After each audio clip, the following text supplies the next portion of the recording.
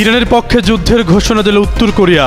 তেহরানের সম্মতি পেলে ইসরায়েলে চালানো হবে হামলা, প্রেসিডেন্ট কিমের স্পষ্ট বার্তা।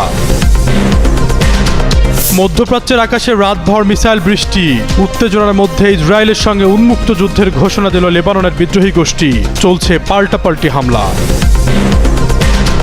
খামেনি হত্যার প্রতিশোধ নিতে মরিয়া ইরান, এবার হরমুজ প্রণালী বন্ধ ঘোষণা করল ইসলামী বিপ্লবী গার্ড। আন্তর্জাতিক বাজারে হু হু করে বাড়ছে তেলের দাম। বাহরাইনে মার্কিন বিমান ঘাঁটির সদর দপ্তরে ইরানের ক্ষেপণাস্ত্র হামলা, স্থাপনা জুড়ে ব্যাপক ধ্বংসযজ্ঞের দাবি তেহরানের, মুখ খোলেনি ডোনাল্ড ট্রাম্প।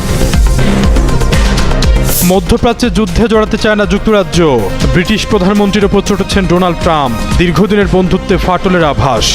মধ্যপ্রাচ্যে সামরিক উত্তেজনার আগুন যখন দিন দিন আরও দাউ দাউ করে জ্বলছে, ঠিক তখনই বিস্ফোরক এক বক্তব্য দিয়ে আলোচনার কেন্দ্রবিন্দুতে উঠে এলেন উত্তর কোরিয়ার সর্বোচ্চ নেতা কিম জং উন। ইরান ইসরায়েল সংঘাতের টানটান মুহূর্তে সরাসরি ইরানের পক্ষ নিয়ে তিনি ছুড়লেন কঠোর হুঁশিয়ারি। প্রয়োজনে তেহরানকে ক্ষেপণাস্ত্র দেবে পিয়ংইয়ং, তবে একটিমাত্র মিসাইলই নাকি পৃথিবীর মানচিত্র থেকে ইসরায়েলকে মুছে ফেলতে যথেষ্ট।